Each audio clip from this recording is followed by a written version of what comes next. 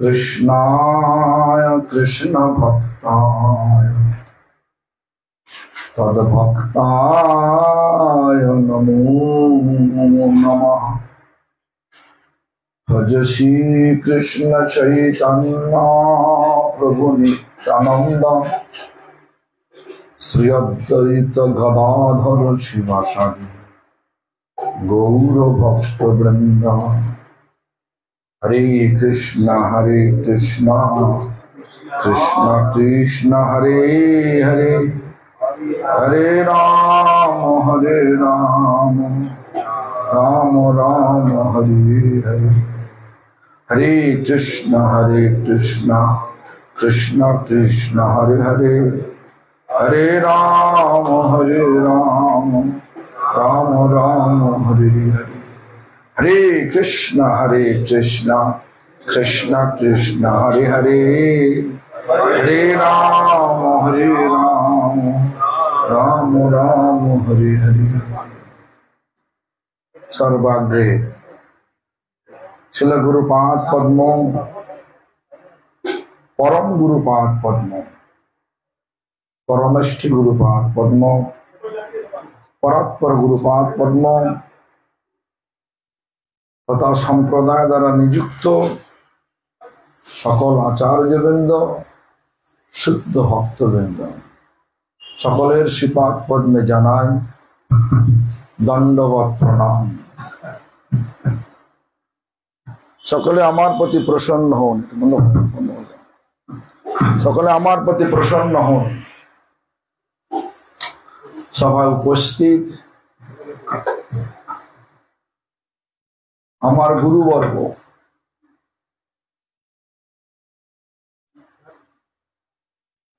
निरंजन विनोद दास महोदय, जिन्हें आमार गुरुपाद पद्मे विरह गीति लिखे जगत बरेण्य হয়েছেন। লিখেছেন সুন্দর, সে চিন্ময় সুখ ছবি আর না হেরিব, সেই অপরূপ ব্যাখ্যা আর না শুনিব, হারাইয়া শ্রীচরণ শূন্য। এটা এমন লিখেছেন সেই মহাপ্রভু যে বললেন না, যুগায়িতং নিমেষনা চক্ষুষা প্রবিশয়িতং শূন্যয়িতং জগৎ সর্বং গোবিন্দ বিরহীনমে।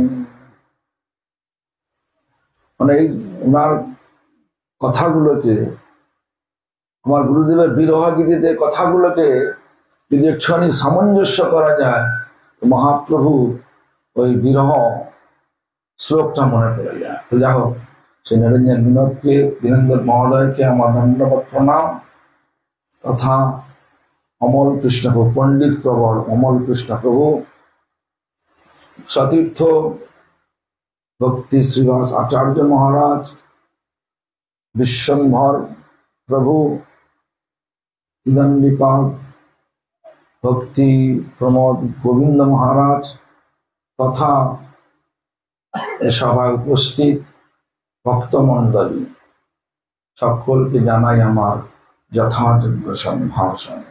সকলে আমার প্রতি প্রসন্ন হন। নিরঞ্জন বিনোদ প্রভু মহাপ্রভু সেই কথা উপদেশ যে রঘুনাথ দাস গোস্বামীকে দিলেন, যে তারপরে বললেন অন্তরে নিষ্ঠা করো, বাহ্যে লোক ব্যবহার, অচিরাৎ কৃষ্ণ তোমায় করিবেন উদ্ধার। আমরা এখন তো দেখানো মাপি ভক্তি করি, কিন্তু অন্তরে নিষ্ঠা, বাহ্যে যে লোক ব্যবহার হওয়া উচিত সেটা। তো যাই হোক, এরকম ধরনের আমাদের বিচারগুলো এসে গেছে, লোক দেখানো ভক্তি। বাইরে একদম লোককে দেখিয়ে দেবো কত বড় ভক্ত, তিলক কেটে নানা রকম ভাবে বস্ত্র পরিধান করে চাকচিক্যময় হয়ে সব দেখাবো, কিন্তু দেখিয়ে ভগবানকে এইরকম দেখিয়ে ভগবানকে ফাঁকিয়ে দেয় যায় না। ভগবান অন্তরে বসে আছেন, দেখে নেন সব, আমাদের বিচারে কি আছে সব দেখে নেন। তাই অন্তরে নিষ্ঠা করো বাঞ্ছিত ব্যবহারে। এই কথা বলতে গিয়ে আমার মনে পড়ে যায় আমার গুরুদেবের কথা। তিনি প্রত্যেকদিন মানসে অর্চন করতেন, 100 বছর বয়সে অর্চন করতেন। মানসে দুটো পাত্র নিতেন, সেই পাত্রেতে তুলসী পাতা দিতেন আর জল দিতেন। আমি হয়তো বললে তিনি জানেন সব।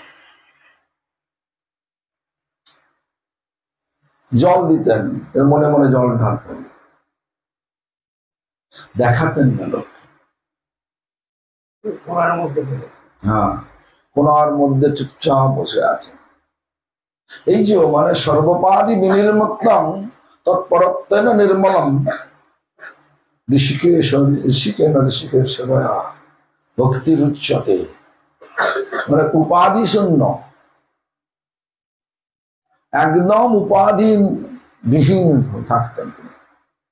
অথচ তিনি পাণ্ডিত্যে তিনি সুনিপুণ ছিলেন। যে কোনো প্রশ্ন নিয়ে যান, সব প্রশ্নের উত্তর তার কাছে একদম শ্লোক দিয়ে ব্যাখ্যা লেখা আছে। আর আচরণে দেখাতেন তিনি কিছুই জানেন না। একটা উদাহরণ দিচ্ছি আমি। এখন তিনি ইস্কনের বহু বড় গুরু রাধানাথ স্বামী। 1993 সাল তিনি এসছেন নরোত্তম দাস ঠাকুরের ঠিক তিরোভাব দিনে। কার্তিক মাস বৃন্দাবনে চৈতন্য গৌরী মঠে। তখন তিনি মহান ছিলেন, অত বড় ছিলেন না। তো তিনি জিজ্ঞাসা করলেন যে মহারাজ, টুডে ইজ নরোত্তম দাস ঠাকুরের তিরোভাব তিথি, কিছু কথা বলুন। প্রথম ভাষাটা ছিল এইভাবে, বাবা আমার নিউমোনিয়া হয়েছে, এরা আসলে অ্যালোপ্যাথি ওষুধ দেয়, আমার স্মৃতিভ্রম হয়ে গেছে, আমার কিচ্ছু মনে নেই। তুমি বরঞ্চ কাজ করো, এই মঠে চৈতন্য গৌরী মঠে আছে বৃন্দাবনে, এই মঠের আচার্য ভক্তি বল তীর্থমঠে যাও, তোমার সেখানে পাওয়া যাবে। অনেক তিনি জানেন, অনেক কিছু আমার থেকে ভালো জানেন। সে রাধানাথ মহারাজ ছাড়েন না, একটা দুটো কথা আপনার মুখ দিয়ে বলুন। তখন দেখলেন, তাকে দেখলেন সত্যি জানতে চান না, আমাকে পরীক্ষা করার জন্য। যখন সত্যি করে দেখলেন যে উনি সত্যি জানতে চান, তখন যে বলতে আরম্ভ করলেন, মানে এসব ইতিহাস আপনি এত বইতে পাবেন না। নরোত্তম ঠাকুরের পরিবারের সে প্রথম থেকে হাটখোলায় কিভাবে এলেন, সেখান থেকে দত্ত পরিবার কিভাবে ভাঙলেন, সেই নরোত্তম ঠাকুরের পরিবারেরই আমাদের শিলা প্রভুপাদের সব ঘটনা দেখলেন। ভক্তিনাথ ঠাকুর নরোত্তম ঠাকুরেরই বংশধর, ডিসেন্ডেন্ট। পুরো একদম ইতিহাস খুলে বলতে আরম্ভ করলো। 2 ঘন্টা হয়ে গেছে, কিন্তু ডক্টর কে গোপাল বলেছিলেন মহারাজ কথা বলতে দেবেন না, নিউমোনিয়া তো এক্টিভেটেড হয়ে যাবে, তখন কষ্ট হবে। তা আমি তো বলতে পারছি না কিছু, উনি আবেগে বলে যাচ্ছেন। তারপরে সন্ধ্যে হয়ে গেছে, সন্ধ্যারতির বেল বেজে গেছে, সন্ধ্যারতি শুরু হবে। তখন মাঝখানে এসে বললাম, গুরুদেব বন্ধ করুন, মহারাজ আপনি এখন যান। তাও সমাপ্ত হয় না, 2 ঘন্টা সমাপ্ত হয় না, বলে যাচ্ছেন। সবই জানেন, নিজেকে লুকিয়ে রাখতেন। যেমন গোস্বামীগণ সবই জানতেন, নিজেকে লুকিয়ে রাখতেন, দেখাতেন। আমার মনে আছে, আমার দাদু ছিল, প্রভুপাদের শিষ্য ছিলেন। তো উনি যখন চৈতন্য মঠে যেতেন আমাদেরকে নিয়ে, যা ওনার দর আছে না, চৈতন্য মঠের দর আছে যে এরকম প্রতিদিন 3 টাকা করে তখন ছিল। এতদিন থাকলে 3 টাকা, 3 টাকা যতদিন হবে তত টাকা বিল দিয়ে দেবে, কুপন দিয়ে দেবে, হয়ে গেল। সেটা তিনি অফিসে দিয়ে দিলেন, কুপন নিয়ে নিলেন। বাকি সব যে পয়সা দিতেন হয় পুনয় বাক্সে লুকিয়ে লেখুন হতেন। যে আচার্য যেমন তখন সুমন গোস্বামী মহারাজ ছিলেন, তাকে দিতেন যে মহারাজ আমি এই সেবাটা করতে চাই, প্রভুপাদের মন্দিরে এই সেবাটা করতে চাই, এটা করতে, এটার জন্য এটা রাখুন। আমি বলতাম, দাদু তুমি তো অফিসে দিলে, তোমার তো নাম আছে। আমি বলতাম, তোমার তো অফিসে দিলে তোমার তো নাম হবে, তুমি কেন এরকম দাদা এরকম দাও কেন? তখন আমাকে বলতেন, দাদু ভগবানের সেবাটা ডান হাত দিয়ে করলে বাঁ হাত জানতে পারবে, এরকম গোপনীয় ভাবে করলে তবেই ভগবান সেবা নেবে, আর যদি দেখিয়ে করানো যায় তাহলে হবে না। তেমনি দেখবেন, বোঝে রাধা কৃষ্ণের সেবা মানসে করিবে, ভালো না খাইবে ভালো না পরিবে। এই যে মহাপ্রভু নির্দেশ দিলেন রঘুনাথ দাস গোস্বামীকে, এই একাদশ ভাবের কথা উনি বললেন, লোককে দেখিয়ে বলতে না, সম্পূর্ণ সেবাটাই হচ্ছে গোপনীয় সেবা।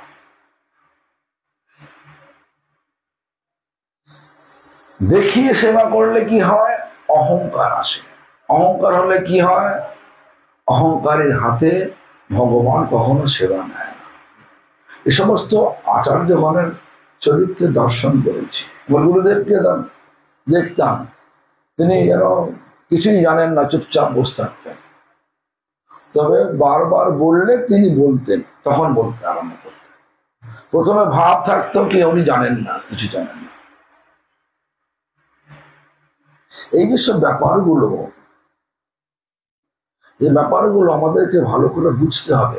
কেন আমাদের এই সমস্ত গোপনীয় কথা, মানে আপন ভজন কথা, আমার কথা না, মুক্তি ঠাকুরের কথা, আপন ভজন কথা না কইও যথা কথা। কেন? নিজের ভজনের কথাটা, নিজের ভজনের উপলব্ধিটা, যেমন আমার শুধু এটা নয়, সনাতন গোস্বামীপাদ হরিভক্তি বিলাসে বলে গেছেন 3টে জিনিস গোপন রাখতে। দিকে 3টে জিনিস, একটা হচ্ছে গুরুদেবের নাম, আর একটা হচ্ছে জপের মালা,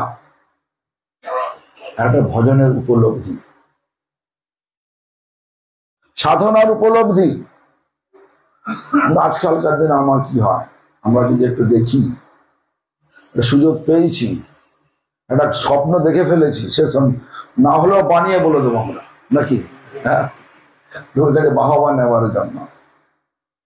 কিন্তু আমরা তো দেখেছি, আমার গুরুদেবকে দেখেছি 1982 সাল চৈতন্য গৌরী মঠ কলকাতায় তিনি বসে আছেন। তার এক শিষ্যা ভক্ত, তার হয়েছে লিউকেমিয়ার ক্যান্সার হয়েছে। 82-তে বাঁচবার কোন উপায় থাকে? লিউকেমিয়া ক্যান্সার হলে আমি তো ডাক্তার, 82-তে তাকে ডাক্তার একদম সার্টিফিকেট দিয়ে দিচ্ছে, মানে প্রেসক্রিপশন করে দিচ্ছে, টার্মিনাল পয়েন্ট, মানে একদম মৃত্যুর মুখে দাঁড়িয়ে আছে। টার্মিনাল পয়েন্ট, মৃত্যুর মুখে দাঁড়িয়ে আছে, 3 সপ্তাহের মধ্যে তার মরণ হবেই হবে। এবার যদি মনে করুন কোন ডাক্তার আপনাকে এরকম ধরনের একটা প্রেসক্রিপশন লিখে দিল, তাহলে আপনার মনে ভাবনা কি আসবে? যদি সত্যি করে আপনার ভক্তিতে আপ্লুত হয়ে থাকেন, আপনি যাবেন গুরুদেবের কাছে, যাবেন কিনা? ঠিক কিভাবে সেই ব্যক্তি সেই এলেন গুরুদেবের কাছে, সমস্ত বৃত্তান্ত তিনি বললেন, আর গুরুদেব কিছু শুনে নিলেন। সকালে এলেন, শুনে নিলেন, তারপরে সকালের কার্যক্রম করে নিলেন সব। তারপরে তার আসনে বসে বলতে লাগলো, মা, না, তার উদ্দেশ্য ছিল যে গুরুদেবের চরণামৃত পেয়ে 21 দিন পেয়ে তারপরে শরীর ত্যাগ হয়ে যায়, এই বিচারে নিয়ে দাঁড়িয়ে এসেছিলেন। বাস্তব এটা। তারপরে তিনি সমস্ত কিছু সকালে সমস্ত যাবতীয় সাধনা কার্য ছেড়ে, যেমন সকালে তিনি জপ করতেন, জপ জব, তারপরে অ্যাবুলেশনে যেতেন, মানে সকালে যে সমস্ত কার্যকলাপ ছিলেন সব করার হয়ে প্রায় 11:30 12টা নাগাদ যখন তিনি ফ্রি হলেন, আসনে বসে তিনি বলতেন, মা, রাখে হরি তো মারে কে, আর মারে হরি তো রাখে কে, শব্দ করে বললেন। তারপর বলছেন, আমার চরণামৃত কতটা কাজ হবে জানি না, ভগবানের চরণামৃত হয়ে না। ভগবানের চরণামৃত হয়তো নিচে তো মানে মন্দির রয়েছে, তো চরণামৃত নিলে হয়ে যাবে, তাহলে সেটা নয়। তিনি তারপরে একটা ব্যাখ্যা দিলেন, আজ থেকে 3 দিন পরে সকাল 3টের সময় কৃষ্ণ আসবেন, কেশিঘাটে স্নান করতে আসবেন। পার্টিকুলার খাম্বাটা বলেন, ওই খাম্বাটা স্নান করবেন। আছেন কোথায়? কলকাতা বসে আছেন, চৈতন্য গৌরী মঠে বসে আছেন। ওই খাম্বার পাশে ভগবান স্নান করবেন। ঠিক 3টের পরে তোমরা যদি ওখান থেকে জল নাও, সেটা ভগবানের চরণামৃত হবে, সাক্ষাৎ চরণামৃত। আসেন কলকাতায়, 3 দিন পরে কৃষ্ণ কোথায় আসবেন সেটা বলে দিচ্ছেন। লোককে বলতেন না, তুমি সব জানেন। তারপরে বলছেন ওই দিনেই, মানে ফলোয়িং ডে, মানে হচ্ছে আমাদের বিচারে, মানে ইংলিশ বিচারে হচ্ছে একই দিনে, আর বাংলার বিচারে সূর্য উদয় তো সূর্য উদয় দিন গণনা হয়। এই বিচারে ফলোয়িং মানে ওই দিনই, মানে হচ্ছে 3টে হলো, এবার দুপুর 12টার সময় নিধুবনে রাধা এবং কৃষ্ণ দুজনই প্রবেশ করবেন। নিধুবনের দরজা থেকে একটুখানি রজ নিয়ে পেয়ে না, রাধা কৃষ্ণ ডিরেক্ট চরণামৃত হবে। এবার তারা যদি তোমার রাখে, তুমি থাকবে, যদি নিয়ে নেয় যাবে, কি অসুবিধা আছে? এটা করার পরে ওই ডাক্তারের প্রেসক্রিপশন ফেল হয়ে গেছে। এখনো পর্যন্ত মানুষটা বেঁচে আছে। 82 থেকে 82, মানে কত এখন, কত বছর আমার, 18 আর 15 43 বছর হয়ে গেল। 21 দিন চলে গেল, 43 বৎসর মানে কেটে গেল, এখনো মানুষটা বেঁচে আছে, কোনো ক্যান্সারের কোনো নাম বন্ধ নেই।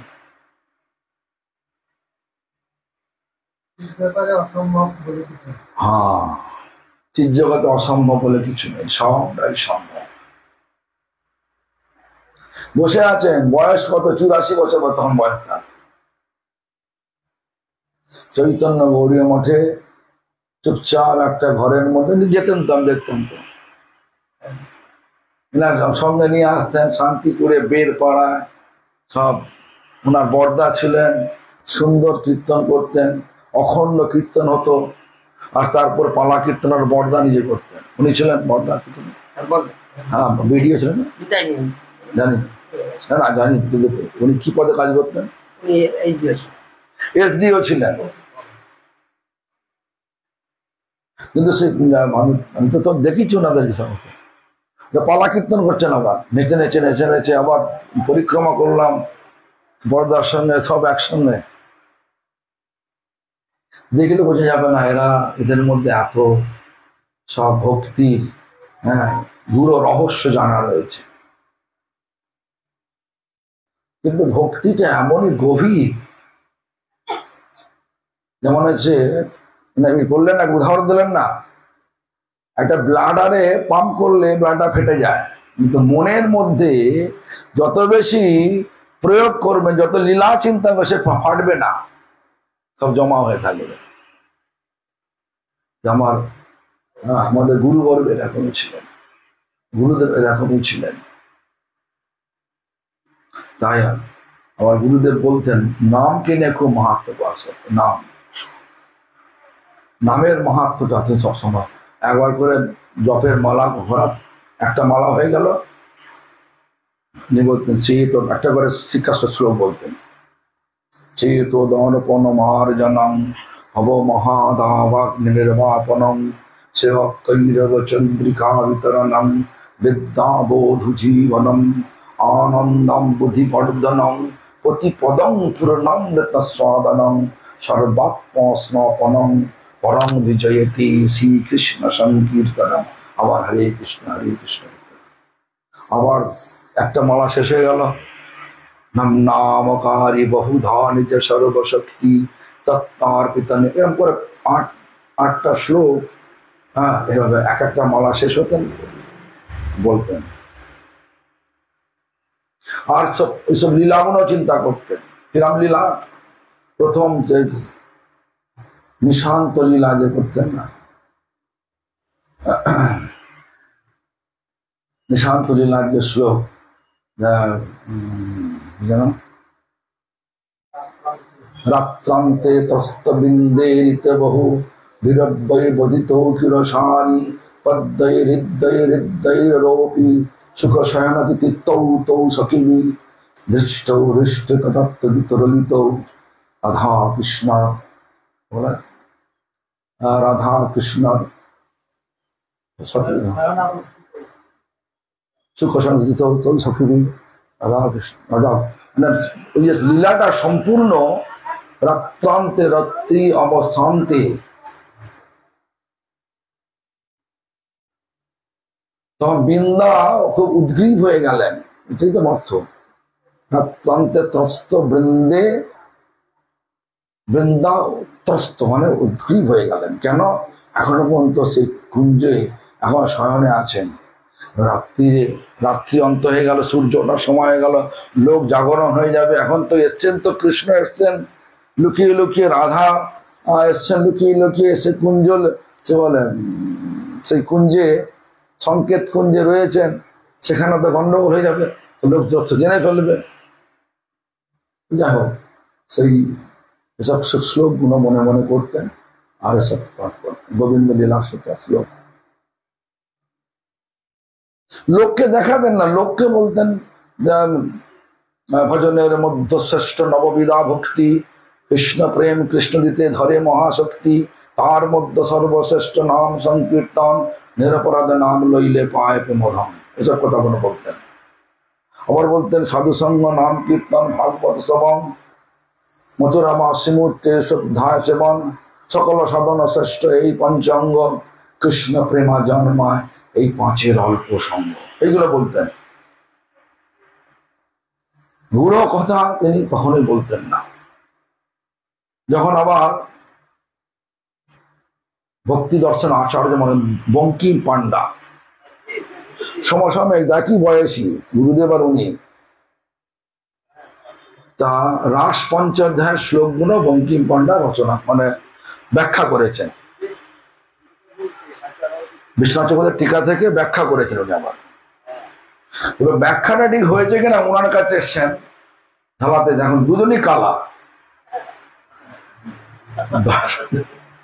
ভক্তি দর্শন আচার্য মহারাজ কানে কম শুনতেন, ইনি একটু শুনতে পান, দর্শন আচার্য মহারাজ একদমই শুনতে পান না, কানে কাছে কি জোরে জোরে বলতে হবে। তখন উনি পড়ছেন, গুরুদেব শুনছেন, যেখানে একটু গন্ডগোল দেখছেন, হচ্ছে না এটা একটু পাল্টাতে হবে, টেন করবে না, রাস পঞ্চদা কথা জিজ্ঞাসা কর, একদম বলবে না।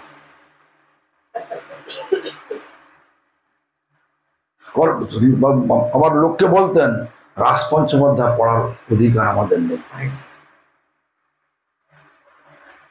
কেন না? ভগবানের গুচ্ছ কথাগুলো যিনি ভক্তিতে ভক্তির গভীরে প্রবেশ তারা করলে হবে, নাহলে ভগবানের কৌর্য কথাগুলোকে নিয়ে স্বাভাবিকভাবে নেবে, নিয়ে ভগবানকে ছোট করা হয়ে যাবে। হ্যাঁ,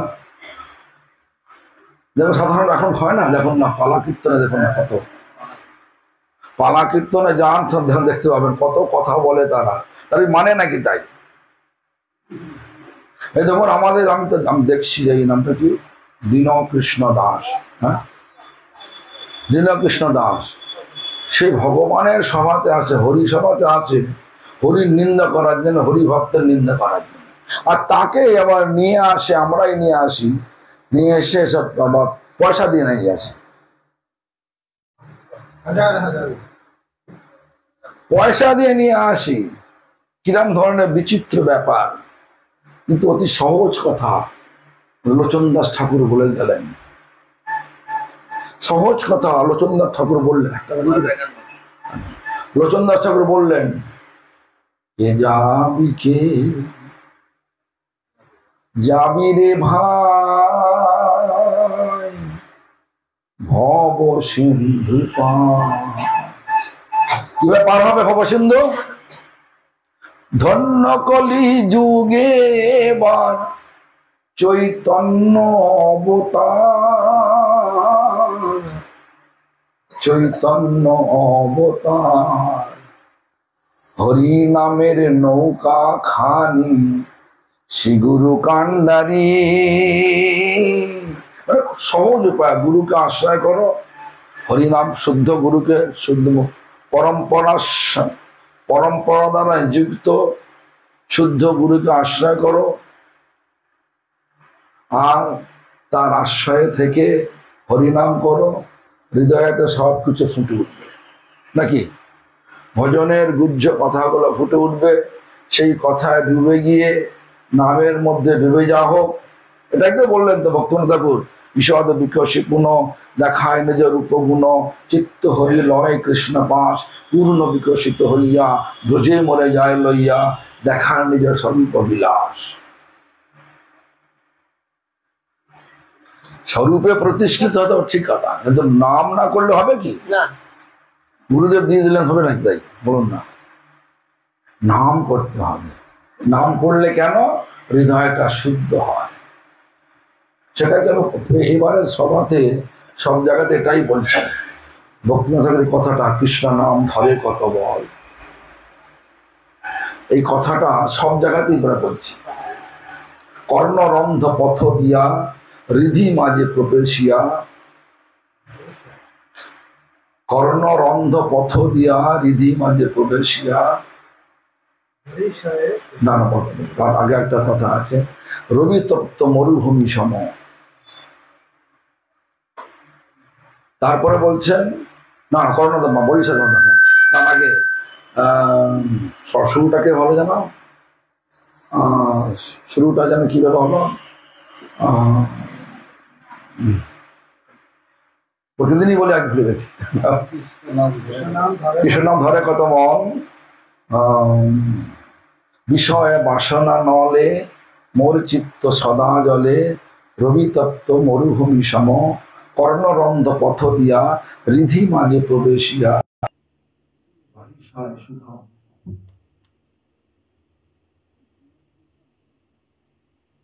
বিষয় বাসনা আমাদের হৃদয় সবসময় জ্বলছে,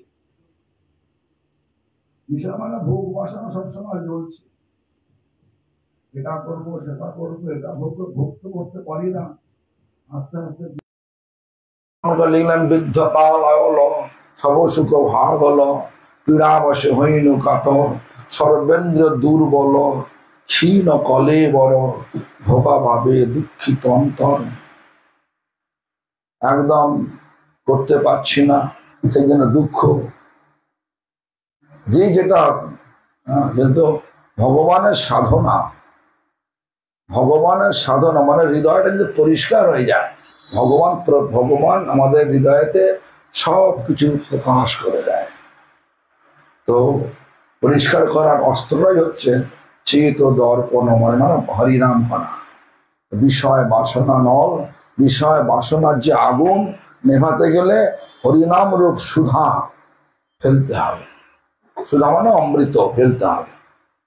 বিষয় বাসনা বলে মোর চিত্ত সদা জলে, সর্বক্ষণ আমার চিত্তটা জ্বলছে, মানে বিষয় বাসনার পূর্তি হলো না। দেখুন আমরা সবাই কাঁদি কিনা বলুন না, যদি মনে করেন একটা লটারি লাগলো, একটা নম্বর হলো না, 5 কোটি টাকা হলো না, কিরম আফসোস করবে গোপাল বলো? তো নাম ফেলে দিয়ে ওটাই একটা নাম্বার লাগলো না আমার, 5 কোটি টাকা আসছে তো, কিন্তু 5 কোটি টাকা নিয়ে কি যেতে পারবে? যত বিষয় বাসনা আমাদের আছে, যেমন এই বলছে অমুক সব গন্ডগোল করছে, হ্যাঁ, তো আমাকে সব বয়কট করে দিয়েছে আমাদেরকে সব। তো বললাম যদি মানুষটা যদি এরকমই হয়, বিভিন্ন জায়গায় পাঠ কীর্তন ধরে রান্না আর পরিবেশনের লোক নিয়ে গিয়ে পয়সা উপায় করার ধান্দা থাকে, লোকটা তো ভালো নয়, ভালো নয়। আপনার বাড়িতে পাঠ কীর্তন হবে, আপনি আমাকে বললেন, আমি লোক নিয়ে গেলাম, পয়সা চাইলাম, তাহলে আমি কি ভালো লোক হলাম? যাকে নিয়ে গেলাম তাকে কম দিলাম, আর যেটা পেলাম তার থেকে আমার কিছু লাগলাম, সবার কিছু হয়ে গেল, সে হোক না মাস্টার মশাই, তাতে অসুবিধা আছে নাকি? বলছেন তো বিরাজ কুমারকে, বাবা পয়সা নিয়ে কীর্তন করা অপরাধ। যাই হোক, এরম আজকে আমাকে আসতে বলছে, সে ওখানে বলছিল তো তোমার ভালো হয়েছে, ভগবান তোমার ভালো কাজ করে দিয়েছে, তোমাকে বয়কট করে দিয়ে ভালো হতো, ওসব আসর আসবে না, বয়কট ভালো তো করেছে। দোষটা কি? যখন ভগবান তোমার পথ খুলে দিয়েছে, যাওয়ার দরকার নেই। যেখানে প্রভুপাদ ভক্তি সিদ্ধ সরস্বতী ঠাকুর তিনি প্রায় বলতেন, গৌড়ীয়তে লেখা আছে, বেশজীবী, বিগ্রহজীবী আর ভাগবত জীবী, এই 3 জনকে তিনি একদম ধরতে পারতেন, বলতে একদম মানে কোনো কম্প্রোমাইজ নেই তাদের সামনে। এদের ভক্তি হবে না। যারা বেশকে অবলম্বন করে জীবিকা নির্বাহ করে, অনেক লম্বা ঘটনা আছে, সময় হয়ে গেছে বলবো না। তারপরে হচ্ছে যারা ভাগবতকে অবলম্বন করে জীবিকা নির্বাহ করে, ভাগবত জীবী, পাঠ করতে যাবে বললেন, সেটা শুনে নিলেন। আর বলছে বিগ্রহজীবী, বিগ্রহ রেখেছেন, কৃষ্ণ জন্মাষ্টমী কিংবা কোনো একটা উৎসব আসছে, বিগ্রহের ড্রেস করবেন, 500 লোক আপনার মন্দিরের 500 লোককে বললেন, সবাই পয়সা দিল, ড্রেসের পয়সা দিল, সকলেই একটা করে ড্রেসের পয়সা নিয়েছে, করবে তো একটা ড্রেস, বাকি 499খানা ড্রেসের পয়সা কোথায় গেল? বলে বিগ্রহজীবী। অনেক উদাহরণ আছে। এগুলো যেখানে হয় ভক্তি দেখা যায় বটে, ভক্তির ফল পাওয়া যায় না। গাছ বসানো যায় বটে, গাছে ফল হয় না, তাহলে কি করবেন? গাছে রাখবেন না কেটে দেবেন? বলো। দোকান করেছেন, দোকানে যদি লাভ না হয়, দোকান রাখবেন না বন্ধ করে দেবেন? কোনটা? একই জিনিস তো ব্যাপারটা নাকি? হ্যাঁ, তা যাই হোক, আমাদের আচার যখনের কথা, ভক্তদের কথা অন্যরকম, আমাদের আচার যখনের কথা অন্যরকম, আমরা চলছি অন্য পথে, যার জন্য আমরা সব এখন আপাতত দেখাচ্ছি বটে আমার কোনো বিষয় বাসনা নেই, কিন্তু বিষয় বাসনা ভরে আছে নাকি প্রভু? বিষয় বাসনা ভরে আছে। আমরা কাঁদি, অন্য লোক আমার পরে এসে অনেক বড় হয়ে গেছে, অনেক মন্দির হয়ে গেছে, কাঁদি, ভগবানের জন্য কাঁদছি না, আমার নাম হলো না, ওর জন্য কাঁদছি। গুরুদেব বলতে কাঁদতে হবে, ভগবানের জন্য কাঁদতে হবে, ভগবানকে পাবে। আর আমাদের ভৌতিক আশা পূর্ণ হলো না বলে কাঁদছি, এতে ভগবান পাওয়া যাবে না।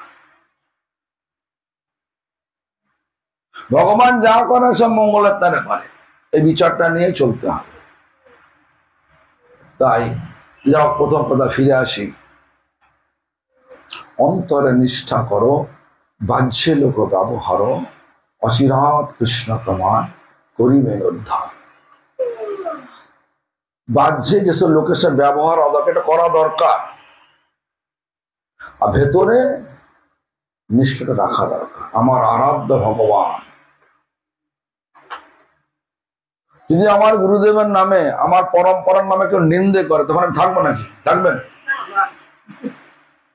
হ্যাঁ, থাকা উচিত না। তেমনি করে আমার অন্তরের এসে ওখানে পরিচয় পাওয়া যাবে। যেমন ধরুন অষ্টবক্র মণি আর সনাতন আর রূপ গোস্বামী পাল, রূপ গোস্বামী দর্শন করছেন একটা লীলা, কি হলো, একটা লীলা দর্শন করছেন। সে লীলা নাকি না রাধারানী, সংক্ষেপে বলছে, রাধারানী একটা গাছের ডাল ধরে ধুচ্ছেন, কৃষ্ণ গাছের ডালে আছেন, গাছ ভর্তি ফুল আছে, ফুলটা পাচ্ছেন, ফুলটা পাচ্ছেন, পাটতে পাটতে রাধা কৃষ্ণ ছড়ে গেছেন, এবার রাধা উপরে ঝুলছে, আর রাধারানী কৃষ্ণকে ডাকছেন, রক্ষা করো রক্ষা করো। এই লীলা মনে মনে দর্শন করছেন, হাসছেন। অষ্টবক্রমণি পাল্টে যাচ্ছেন, ভাবছেন যে আমাকে দেখে হাসছেন। এই মনে মনে একটা অষ্টবক্রমণি, হ্যাঁ, মানে খঞ্জ বিপ্লব, খঞ্জ বিপ্লব, সেই খঞ্জ বিপ্র মনে মনে একটা ধারণা নিল, আমাকে দেখে উপহাস করছে, এরম ধারণা শরীর দেখে। তখন রূপ গোস্বামীর চিন্তা বন্ধ হয়ে গেল, আর হচ্ছে না। কেন হচ্ছে না? সনাতন গোস্বামী গেলেন, বললেন তোমার নিশ্চয়ই কোনো বৈষ্ণব হওয়ার হয়েছে, তাই বৈষ্ণব সেবা দাও। বৈষ্ণব সেবা দিয়ে দেওয়ার পরেও হলো না, তখন আবার বলছে এখনো হচ্ছে না। তখন তুমি যাও, কে আসেন ওই দিনটা খোঁজরাও, কেন সনাতন গোস্বামী অ্যাডমিনিস্ট্রেটিভ ছিলেন, অ্যাডমিনিস্ট্রেটিভ সম্বন্ধে সনাতন গোস্বামী প্রত্যেকগুলো বুদ্ধি ছিলেন। তো বলে কে আসে না সেটা তুমি দেখো। বলছে ওই দিন খঞ্জ বিপ্র আসে না, সেখানে যাও। সেখানে যখন গেলেন, তুমি আমাকে উপহাস করবে আর তোমার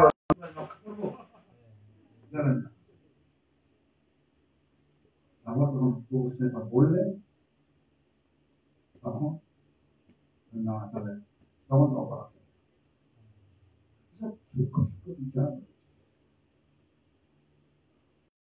কোনো বসে চিন্তা করেন,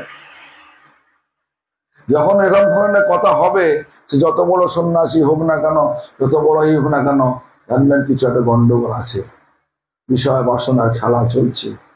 সেটা ভালোই হয়েছে, আমাদেরকে যদি বলে বয়কট করে দেয়, ভালোই তো হলো নাকি? বসে বসে হরিনাম করো না রে বাবা, কি আছে নাকি? সচিন, হরে কৃষ্ণ। এখন থাক, 1টা বেজে গেছে। কটা বাজলো? এখন তাড়াতাড়ি যেতে হবে আমাদের, যে কৃষ্ণ সভা।